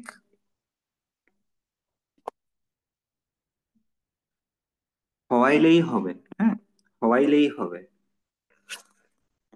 আমার ভাইভা ছিল নভেম্বরের 15 তারিখ। প্যারালেলি আমি ইকোনমিক্সে মাস্টার্স করতেছিলাম, আমার ইকোনমিক্সে মাস্টার্স এর টার্ম ফাইনাল ছিল নভেম্বরের 17 তারিখ। প্যারালেলি বিসিএস প্রিপারেশন নিছি, ইকোনমিক্সে মাস্টার্স করছি। এই চ্যাট জিপিটি ভাইজান না থাকলে হয়তো সম্ভব হতো না। আল্লাহর কাছে অশেষ শুকরিয়া। উত্তর কিভাবে বের করবেন সবাই বুঝছেন? তাহমিম আপু বুঝছেন? আপনি ক্লিয়ার?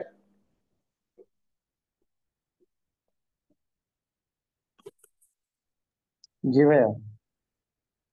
ওকে, দেখেন একটু একটু একটু ইজি করে দেই আপনাদের জন্য। হুম, দেখেন এখন কিন্তু উত্তরটা বেশ কনসাইজ আছে, হ্যাঁ, বেশ কনসাইজ আছে। এখন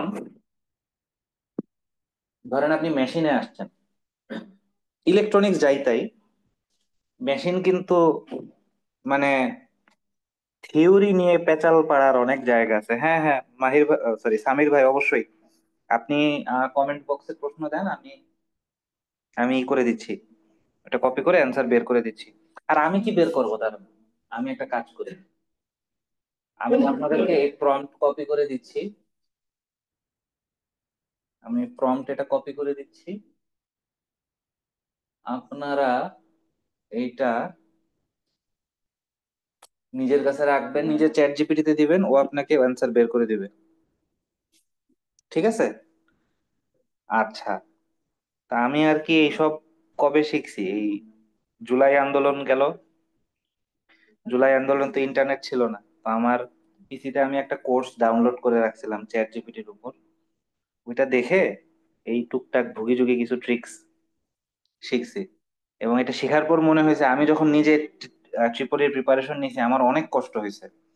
আমি ইন্টারনেট ঘেটে এই বই সেই বই ঘেটে মেলা উত্তর টুত্তর কষ্ট করে বের করছি। এখন চ্যাট জিপিটি থাকার কারণে আপনাদের এই পার্টটা অনেক ইজি হয়ে গেছে। এবং আরেকটা মজার জিনিস কি, আমার যেগুলা গুগল করতে হতো আপনার সেগুলা গুগল করতেও হবে না। এখানে সার্চ ইন দা ওয়েব আইকনে যদি আপনি ক্লিক করে রাখেন, এই সার্চ দা ওয়েব আইকনে ক্লিক করে আপনি যখন ওকে কোনো কোয়েশ্চেন দিবেন ও নিজে গুগল ঘেটে আপনাকে অ্যান্সার বের করে দিবে। তো আপনার কাজ বা আপনাদের কাজ এখন অনেক সহজ হয়ে গেছে। আমি আপনাদেরকে শীটটা দিয়ে দিব। আমি তো দিব না, স্বাগত আপু দিবে। আপনাদের কাজ হচ্ছে শীটের সবগুলো কোয়েশ্চেন জাস্ট চ্যাট জিপিটিতে সলভ করা। সামির ভাই আপনার কোয়েশ্চেনটা দিয়ে। আচ্ছা আচ্ছা, এবার মেশিন থেকে একটা প্রশ্ন করি।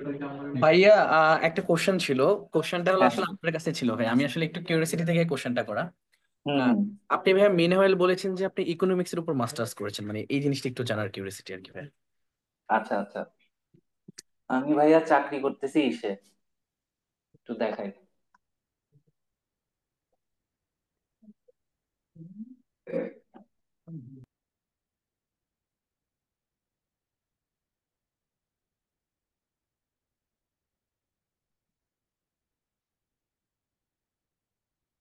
আমি ভাইয়া চাকরি করতেছি এইটাই, ইনফ্রাস্ট্রাকচার ডেভেলপমেন্ট কোম্পানি লিমিটেড, ইড কলে। হ্যাঁ, ইড কল মেনলি একটা financial agency.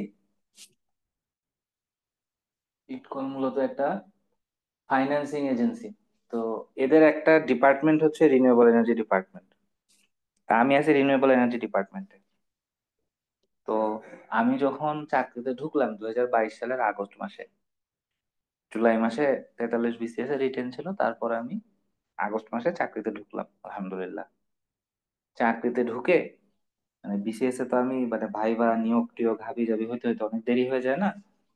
I was thinking যদি আমি প্যারালালি একটা ডিগ্রি করে রাখি এটা আমাকে কিছুটা হলেও বেনিফিট দিবে। তো ডিগ্রি কোনটা করব, এখানে বেশ কিছু কনসিডারেশনস আছে। ধরেন আমি যদি এখন চাই যে আমি ব্র্যাক ইউনিভার্সিটিতে গিয়ে একটা ডিগ্রি পার্সিউ করব, সেটা কি আমার পক্ষে সম্ভব? সম্ভব না।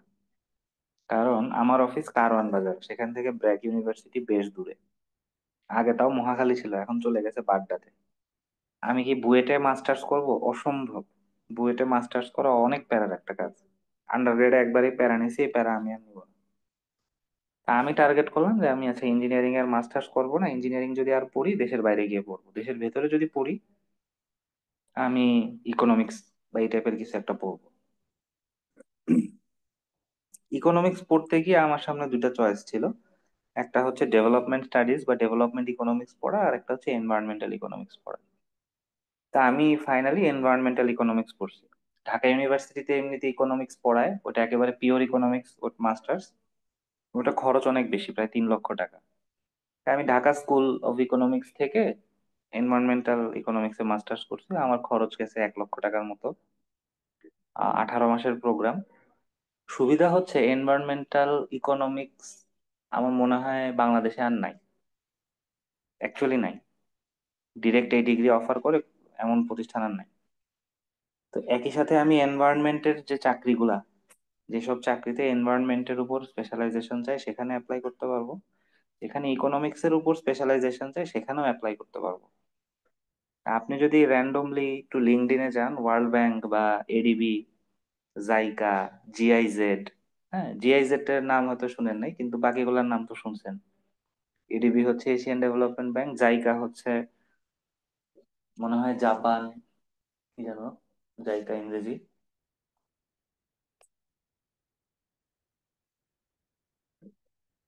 জাইকা হচ্ছে Japan international cooperation agency. World bank, তো ওয়ার্ল্ড ব্যাংক এগুলোতে অ্যাপ্লাই করার জন্য যে সার্কুলার গুলো আপনি দেখবেন, মোর অফেন দেন নট ওরা এনভায়রনমেন্টের উপর একটা স্পেশালাইজেশন চায়। মানে environmental science, environmental engineering, environmental economics. Environment থাকলে কি হয়, আপনার জব মার্কেটে মার্কেটেবিলিটি অনেক বেড়ে যায়। ঠিক আছে, এই জন্য আমি এনভায়রনমেন্টাল ইকোনমিক্স এনরোল করবো। এই হলো গল্প। আসেন, গল্প শেষ, এখন আরেকটা প্রশ্ন দেখি।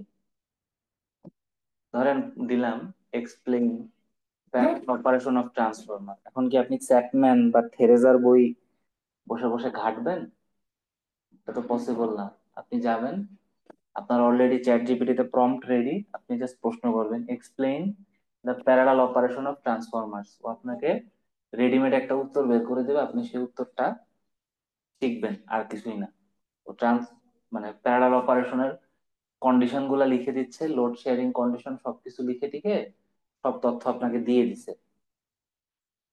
ঠিক আছে, এর চেয়ে বেশি ভাই আর কিচ্ছু লাগবে না, আর কিচ্ছু লাগবে না।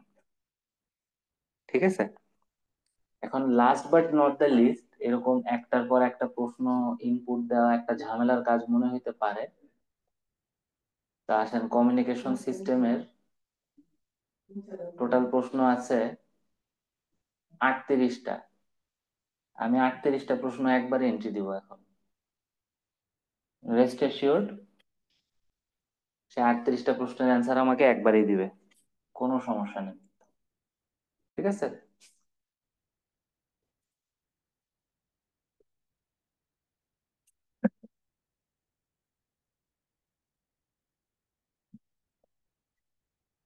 আচ্ছা, প্রথম প্রশ্ন ছিল define the basic properties and types of signal. পরেরটা ছিল explain the process of shifting, scaling, reversing signal. এগুলো আসলে একটু বেশি ম্যাথমেটিক্যাল প্রশ্ন, এগুলো আমার মনে হয় না দিবে। 5 নাম্বারটা দেখেন, what are the properties of impulse function. এটা একটা ভালো প্রশ্ন, একবার আমি একটা ভাইভা এক্সপিরিয়েন্সে দেখছিলাম, পালস ট্রেন কি, এই টাইপ একটা প্রশ্ন করছিল। 7 নাম্বার দেখেন, এলটিআই সিস্টেম এবং তার এক্সাম্পল। তারপরে আপনি দেখেন 16 নাম্বার প্রশ্ন, similarity and difference between FM and PM. তাহলে 5, 7, 16। তারপর হচ্ছে 18 নাম্বার দেখেন, স্যাম্পলিং থিওরেম এন্ড অ্যাপ্লিকেশন। আপনি প্রশ্ন দেখলেই বুঝবেন কোনটা কাজে লাগবে বা না লাগবে। আমি তো ধরেন টেক্সট বুক গুলা থেকে টুকটাক কপি টপি করছি, তো আমি অনেক বেসিক প্রশ্ন নিয়ে আসছি। বাট আমরা 5, 7, 16, 18 এই 4টা প্রশ্ন একটু দেখি। এই যে ইম্পালস ফাংশনের প্রপার্টি কি, ইনফাইনাইট অ্যামপ্লিটিউড, জিরো ডিউরেশন এবং unit area, used for system analysis. একদম ছোট ছোট অ্যান্সার দিছে। আপনি যখন ওকে একবারে বেশি প্রশ্ন দিবেন, ওর উত্তরগুলা হয়ে যাবে খুব ছোট। LTI system, linear time invariant system, important for predictable input output behaviour. আমার এত ছোট প্রশ্ন ভাল লাগতেছে না, মানে এত ছোট ছোট উত্তর ভাল লাগতেছে না। আমি একটা কাজ করবো, আমি এখন 16 নাম্বার প্রশ্নটা জাস্ট কপি করে দিব, জাস্ট এতটুকু কপি করে দিব,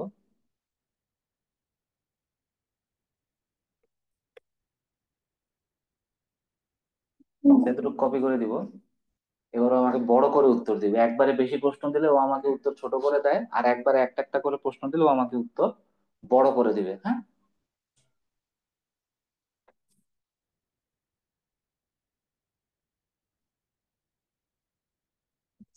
তো এখন মনে হতে পারে যে ভাই তাহলে কি চ্যাট জিপিটি সব, চ্যাট জিপিটি ছাড়া কি কিছু লাগবে না? উত্তর হচ্ছে যে চ্যাট জিপিটি ছাড়া আপনার আরেকটা, মানে আরেকটা জিনিস লাগবে, বা আপনাকে যে শীটটা আমি দিব, এই শীটের বাইরে আপনার আরো কিছু লাগবে। কিন্তু যা আছে সেটা আবার চ্যাট জিপিটি দিয়ে চাইলে সলভ করা যাবে। এটা হচ্ছে বাংলাদেশের বিভিন্ন মেগা প্রজেক্ট সম্পর্কে তথ্য।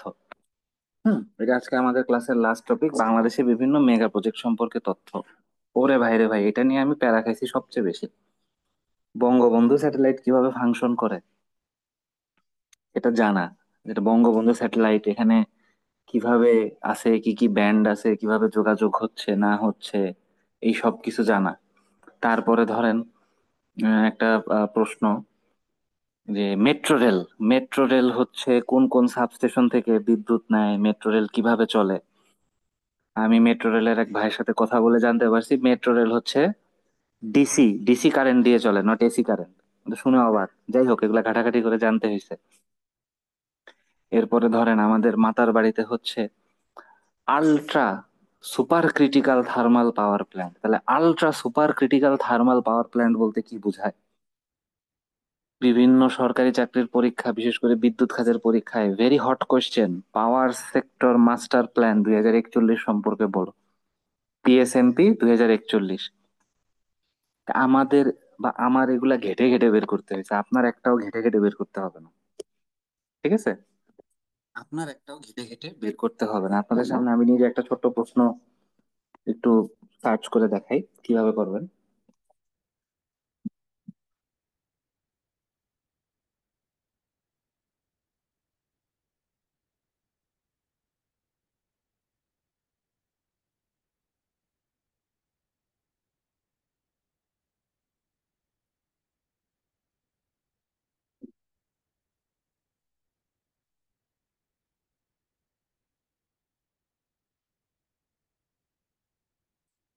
আমি প্রথমে যেটা করছি, এই সার্চ আইকনে ক্লিক করছি, সার্চ আইকনে ক্লিক করে ওর ওয়েব সার্চ এনেবল করছি, এরপর প্রশ্ন করলাম what are, sorry, explain the principal of ultra super critical thermal power plant, what are the advantages, what are the extra advantages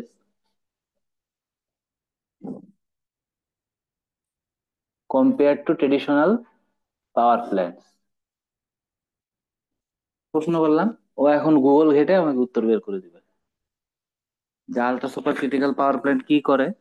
সে হচ্ছে ক্রিটিক্যাল পয়েন্ট অফ ওয়াটারের চেয়ে অনেক উপরে, ক্রিটিক্যাল পয়েন্ট অফ ওয়াটারের চেয়ে অনেক উপরে গিয়ে স্টিমকে প্রেসার এবং টেম্পারেচার দেয়, এবং এর ফলে কি হয়, অ্যাচিভ হাইয়ের thermal efficiency compare to traditional sub critical super critical power plant. ঠিক আছে, জাস্ট এই দুই লাইনেই কিন্তু আপনার অ্যান্সার, বুঝছেন না?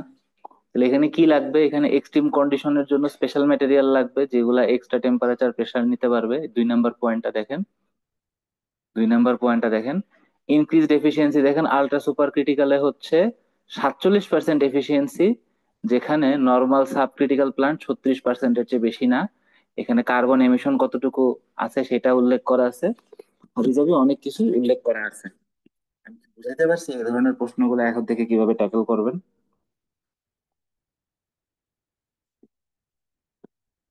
বুঝতে কি পেরেছেন নাকি কিছুই বুঝতে পারেন? জি ভাই, বুঝছি। দেখেন আরেকটা প্রশ্ন করি, যেমন ধরেন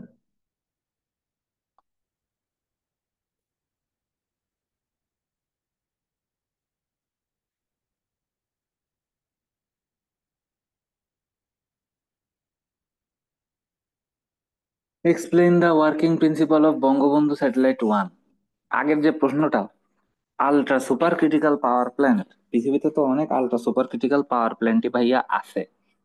এখন আমি পৃথিবীর যে কোনো পাওয়ার প্ল্যান্ট বা পৃথিবীর যে কোনো স্যাটেলাইট না, এখন আমি স্পেসিফিক্যালি একেবারে স্পেসিফিক্যালি দেখেন working principal of Bangabandhu satellite 1, মানে বাংলাদেশের যে একমাত্র স্যাটেলাইট, এক্স্যাক্টলি সেইটার ব্যাপারেই আমি জানতে চাই, আমি আর কিছু জানতে চাই না। এখন কি হলো, এখন যেটা হলো, ও কিন্তু অ্যাকর্ডিংলি আমাকে ওইটার সব তথ্যগুলো বের করে এনে দিছে। খেয়াল করে দেখেন, তার অরবিট কত, কত কিলোমিটার সে উপরে, এখানে কয়টা ট্রান্সপন্ডার আছে, এটা কি কি সার্ভিস দিবে, ডিটিএইচ দিবে, Akash DTH, direct to home, VSAT, backhaul, disaster preparedness, ইত্যাদি ইত্যাদি। দেখেন ওর অ্যাডভান্টেজ দেখেন, ইকোনমিক বেনিফিট দেখেন, improved broadcast service, disaster management. আচ্ছা, এখানে তো শর্ট করে লেখা, আপনি যে কোনো একটাতে ক্লিক করেন, ও তো লিঙ্ক সহ অ্যাটাচ করে দিছে, যে কোনো একটাতে ক্লিক করেন, আপনাকে পুরো আর্টিকেলই আপনার সামনে খুলে দিল, এবং পুরা ইতিহাস সহ এখানে খুলে দিল। ওইখানে তো ছিল যে 40টা ট্রান্সপন্ডার থাকবে, কিন্তু 40টা ট্রান্সপন্ডার দিয়ে কি কি হবে? দ্য সিস্টেম উইল প্রোভাইড কু ব্যান্ড কাভারেজ ফর বাংলাদেশ। এই যে এই কয়টা দেশের জন্য ও দিবে কু band coverage: India, Nepal, Bhutan, Sri Lanka, Philippines, Indonesia. মানে ইস্ট এশিয়া, বা কি বলবো, দক্ষিণ এশিয়া আর কি, সাউথ এশিয়া সার্কের যে কান্ট্রি গুলো দেখেন, ইন্ডিয়া, নেপাল, ভুটান, শ্রীলঙ্কা, সাথে এক্সট্রা দুইটা ফিলিপিন, ইন্দোনেশিয়াতে সে দিবে কু ব্যান্ডের কাভারেজ, এবং পুরো রিজনে দিবে সি ব্যান্ডের কাভারেজ। ঠিক আছে? আচ্ছা, এখন আপনার জানতে মনে চাইলো হোয়াট ইজ, সরি, আপনার জানতে মনে চাইলো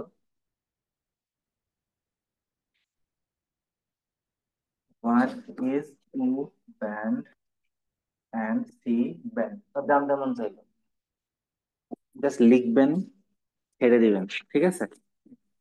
ও আপনাকে উত্তর খুঁজে বের করে এনে দিবে। কোনটার গিগাহার্টজ কত, একটা 4 থেকে 8, 12 থেকে 18, কোনটার সিগন্যাল পেনিট্রেশন, অ্যান্টেনা সাইজ, এবং কোথায় ইউজ হয়, স্ট্রেংথ, সাইজ, ইউজ, সব আপনাকে বের করে দিচ্ছে, অ্যাডভান্টেজ ডিসঅ্যাডভান্টেজ। তো অল ইন অল আপনাদের প্রিপারেশনটা অনেক ইজি হয়ে যাবে যেভাবে দেখাইলাম, যদি সেভাবে আপনারা প্রসিড করেন। ফার্স্ট অফ অল মনে রাখবেন, এটা আপনাদের জন্য জীবন মরণ সিচুয়েশন না। আমাদের সময় এটা জীবন মরণ ছিল, কারণ সেখানে একেবারে সাবজেক্ট ম্যাটার এক্সপার্ট থাকতো, তার সামনে যদি উল্টাপাল্টা কথা বলি একদম কট। ঠিক আছে? আপনাদের এখানে এরকম ভয় পাওয়ার কিছু নেই, প্যানিকড হওয়ার কিছু নেই। ভাই অনেকদিন ধরে তো সাবজেক্ট পড়তেছি না, ইলেকট্রিক্যালের সাথে সংস্পর্শে নাই, আমার কি হবে, এরকম ভয় পাওয়ার কিছু নেই। প্রথম কথা, আমার ভাইভা এক্সপিরিয়েন্সটা আপনাদেরকে দেখাইলাম, অনেক প্রশ্নের উত্তর আমিও পারি নাই, বাট স্টিল আলহামদুলিল্লাহ অ্যাডমিন তো পাইছি, পাইছি না? তো সব পারতে হয় এমন কোনো কথা নেই। স্যাররা চেষ্টাই করে মাঝে মাঝে কঠিন প্রশ্ন করে একটু আপনাকে ভড়কায় দিবে, হ্যাঁ। এটা তো ধরেন ইলেকট্রিক্যালের ক্ষেত্রে বললাম। আমার জেনারেল প্রশ্নগুলো যদি শুনেন তাহলে তো আরো অবাক হবেন, অনেক কিছুই পারি নাই, অনেক কিছুই আল্লাহ আমাকে বাঁচায় নিছেন। ঠিক আছে? আলটিমেটলি ভড়কে যাওয়া যাবে না, স্মার্টলি ডিল করতে হবে, যে স্যার হ্যাঁ ঠিক আছে আমি হয়তো এখন পারি না, কিন্তু আমি ইনশাল্লাহ বের হয়ে আজকে অবশ্যই শিখে নিব। এই অ্যাটিটিউডটা রাখতে হবে যে স্যার আমি শিখে নিব, I am willing to learn. আমি এখন হয়তো পারি না, but sir I promise you আমি অবশ্যই শিখে নিব। এটা যদি ভাইবার আরো ক্লাস আপনারা করেন আমাদের সাথে, সেখানে টের পাবেন। হয়তো কিছু ক্লাস আমিও নিব যদি ব্যাটে বলে মিলে, যদি আমাদের জয়েনিং পিছায়, আপনাদের সাথে কয়েকটা ক্লাসে আমি থাকবো আশা করি। জেনারেল ভাইভাটা ভাইয়া শেয়ার করা তো সমস্যা না, সমস্যা হচ্ছে যে হোয়াটসঅ্যাপ চ্যাটে তো পুরো প্রশ্ন, মানে পুরো ভাইভা একবারে কপি করা যায় না। দেখেন আমার ইলেকট্রিক্যালের ভাইভাটাই আমি কয়েকবারে কপি করে দিছি, এখানে মনে হয় কোনো একটা ওয়ার্ড লিমিটেশন আছে, বুঝছেন, যে কারণে পুরোটা কপি করতে গেলে ও কেটে দেয়। এটা হলো ইস্যু। হুম, সমস্যা নাই। আপনারা ভাইভা গ্রুপে একটা মেসেজ দিন, আমি আমার ভাইভা এক্সপিরিয়েন্সটা এখানে কপি করে পেস্ট করে দিব। আমার কাছে লেখা আছে পুরোটা। আপনারা হোয়াটসঅ্যাপ গ্রুপে জাস্ট একটা মেসেজ দিন, আমি ওখানে করে দিব। জুমের চ্যাটে করতে পারতেছি না। সেকেন্ডলি, আপনাদের সারফেস লেভেল নলেজ বা মোটামুটি বেসিক নলেজ গ্যাদার করার জন্য, বা একটা কনভারসেশনাল নলেজ যাকে বলে, যে স্যারদের সামনে যেন আহ না খেয়ে যান, ভেবাচাকা না খেয়ে যান, এই জন্য আপনাদেরকে বেশ কিছু প্রশ্ন আমি লিস্ট করে দিচ্ছি। সেই এই ডক ফাইলে মোটামুটি ভাবে 200টার মতো প্রশ্ন আছে। আপনাদের কাজ হচ্ছে 200টা প্রশ্ন একটু চ্যাট জিপিটি দিয়ে সলভ করবেন, যেভাবে দেখাইছে সেভাবেই সলভ করবেন, প্রম্পট আপনাকে দিয়ে দিছি। আপনার কাজ হচ্ছে জাস্ট প্রশ্নগুলো সেখানে কপি পেস্ট করে বসানো এবং উত্তরগুলা ছোট ছোট করে একটু পড়ে ফেলা। হ্যাঁ, পড়ে ফেলা, স্ক্রিনশট নিয়ে পিডিএফ বানানো, বা যেভাবেই হোক উত্তরগুলা বের করে ফেলা, একটু রিভাইসের উপর রাখা। সবসময় মনে রাখবেন, একটা উত্তর দেওয়ার জন্য কখনো কোনোভাবেই আপনি 1 মিনিট বা 1.5 মিনিট, সর্বোচ্চ 1.5 মিনিটের বেশি সময় পাবেন না। 1.5 মিনিট মানে কি, 1.5 মিনিট মানে আপনি সর্বোচ্চ থেকে সর্বোচ্চ 12টা বাক্য বলতে পারবেন। আপনার একটা বাক্য বলতে যদি 7 সেকেন্ড লাগে, আপনি 90 সেকেন্ডে কোনোভাবেই ওই 7-8টা বাক্যর বেশি বা সর্বোচ্চ 10টা বাক্যের বেশি বলতে পারবেন না। সুতরাং এখানে একদম ডিপে যাওয়ার কিছু নেই, আহ, এখানে ভয় পাওয়ারও কিছু নেই। ওকে, জাস্ট সারফেস লেভেল নলেজটা রাখলেই হবে। গেল। সেজন্য আপনারা 200টা কোশ্চেন এন্ট্রি দিয়ে দিয়ে বেসিকটা শিখে রাখবেন। খাতায় লিখতে গেলে সময় হয়তো বেশি খরচ হবে, এত সময় খরচ করার দরকার নাই। আপনারা ই করতে পারেন, আমার মনে হয় টেকনিক্যালটা হালকার উপর ঝাপসা করে কাভার করে আপনারা জেনারেল ক্যাডার একটু বেশি প্রেসার দিতে পারেন। আর ফাইনালি কিছু প্রশ্ন আমাদের কান্ট্রি স্পেসিফিক প্রশ্ন, power sector master plan, Bangabandhu satellite, এটা এখন জিজ্ঞেস করবে কিনা জানি না, কিন্তু মেট্রো রেল জিজ্ঞেস করবে, আমাদের অপটিক্যাল ফাইবার কেবল আছে, সাবমেরিন কেবল আছে, এগুলো জিজ্ঞেস করবে। তারপর নেপাল থেকে যে আমরা বিদ্যুৎ আনবো সেগুলো জিজ্ঞেস করবে। তা আপনাদের এই ধরনের প্রশ্নগুলো আপনারা চ্যাট জিপিটির ওয়েব ব্রাউজিং ফিচার, যেটা কয়েক মাস আগে নতুন অ্যাড হয়েছে, এটার মাধ্যমে একটু সলভ করায় নেবেন, ঠিক আছে? শুধু যে টেকনিক্যালের জন্যই চ্যাট জিপিটি ইউজ করবেন তা না, আপনি অ্যাকচুয়ালি আপনার ভাইবার যে কোনো কিছুর জন্য চ্যাট জিপিটি ইউজ করতে পারেন। হুম। আমাদের হচ্ছে কষ্ট করে গুগল করে করে আর্টিকেল খুঁজে বের করতে হতো, but it has become a lot easier now because of this. তো আমি বলবো কি, ভাইবার কয়েক মাস চাইলে ওই যে বিভিন্ন ফেসবুক পেজে সাবস্ক্রিপশন দেয় না, 300 টাকায় সবকিছু, চাইলে ওরকম একটা কিছু রাখতে পারেন। কোন বই পড়বো, কোন বই থেকে পড়বো, কোন বই পড়লে কি হবে না হবে, তখন আর কিছুই লাগবে না। আপনার এক সাবস্ক্রিপশনেই আপনার সকল বইয়ের কাজ আশা করি হয়ে যাবে, ইনশাআল্লাহ। ভাইয়া এখানে ডিসকাস করা যাবে কিনা আজকের সেশনটায়, আমি আসলে ডিসকাস এখন করতে চাচ্ছি না ভাইয়া, কারণ অলরেডি 11টা 34 বেজে গেছে। আমার এখন আবার এই ক্লাস শেষ করে অফিসের কাজ করতে হবে আসলে হালকা একটু। বাট আই প্রমিস, আপনারা হোয়াটসঅ্যাপ গ্রুপে একটু মেসেজ দিয়ে রাখেন, আমি আমার ভাইভাটা এক্ষুনি সেখানে ফরওয়ার্ড করে দিচ্ছি, পুরো ভাইভাটাই ফরওয়ার্ড করে দিচ্ছি। তো ঠিক ভাইয়া আছে। দিনের কোশ্চেন ছিল ভাইয়া, মানে আমি যদি শিওর। পার্সোনালি একটু বলি, সেটা হ্যাঁ হচ্ছে হ্যাঁ ভাইয়া বলেন। আমার এইচএস আপনি যখন আপনার বিএসসি টা শুরু করেছি, তার মাঝখানে আমার একটা কোনো কারণে 5 ইয়ার্স একটা গ্যাপ পড়ে গিয়েছিল ভাইয়া।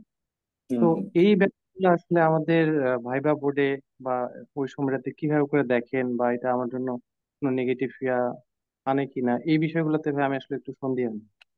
এই বিষয়ে একটু যদি বলতেন ভাইয়া। ভাই আপনার এইচএসসি ব্যাচ কত? ভাই আমি হচ্ছে আপনার 15-তে দিয়েছি ভাই। তার মানে আপনার এই এইচএসসি 15, তাই না আপনি? জি ভাই, আমি হচ্ছে আপনার এই রিসেন্ট আপনার শেষ করেছি ভাইয়া, আপনার আচ্ছা। 23-এ। হ্যাঁ, 23-এ শেষ করেছেন, এরপর কি 44 ধরতে পেরেছেন? জি ভাই, হুম। আমি প্রেফার দিয়ে ইয়া করেছিলাম ভাই। প্রিলিমিনারি হয়েছে, রিটেন হয়েছে, এখন ভাইবার কল পেয়েছেন, তাই তো? তাই না? জি ভাই। তো একটা জিনিস খেয়াল করেন, আপনি যে প্রিলিমিনারি এবং রিটেন ক্লিয়ার করছেন, এটা ইটসেলফ কিন্তু সার্টিফিকেট দেয় যে আপনি ফাইট করে এই পর্যন্ত এসেছেন, তাই না? তো আপনি ভাইভা বোর্ডের সামনে এটাই উপস্থাপন করবেন যে স্যার, আমার কিছু প্রবলেম ছিল, পার্সোনাল, ফ্যামিলিগত, ইত্যাদি ইত্যাদি, যে কারণে আমার কয়েক বছর স্টাডি গ্যাপ হয়েছে, আমি আমার ব্যাচের সাথে বের হতে পারিনি স্যার। কিন্তু আমি আমার সেই প্রবলেমগুলো সর্ট আউট করেছি, গ্রাজুয়েশন করেছি 23 সালে, এবং গ্রাজুয়েশনের পর আমি নিজের সর্বোচ্চটা ঢেলে দিয়েছি প্রস্তুতি নেওয়ার জন্য, নিজেকে যোগ্য করার জন্য। 44 বিসিএস ছিল আমার প্রথম বিসিএস, যেখানে স্যার আমি প্রিলিমিনারি এবং রিটেন ক্লিয়ার করে আপনাদের সামনে। জীবনে আমার চড়াই উতরাই ছিল স্যার, কিন্তু ইনশাআল্লাহ যদি সুযোগ পাই, যদি আল্লাহ সুযোগ দেন, আমি অবশ্যই নিজের সর্বোচ্চটা উজাড় করে দিব ফর দ্য সার্ভিস। এইটাই, আর কিছু না। আপনার সমস্যা আছে, এটা তো আপনি ডিনাই করলে চলে যাবে না, তাই না? ডিনাই করলে তো চলে যাবে না। এটা what you can do, be frank about it, যে স্যার ঠিক আছে, প্রবলেম ছিল, প্রবলেম আলহামদুলিল্লাহ সর্ট আউট হয়েছে, ব্যাচের সাথে বের হতে পারিনি, কিন্তু যখনই বের হয়েছি স্যার কালক্ষেপণ করিনি, I worked hard to improve myself, etcetera etcetera etcetera, you get the idea.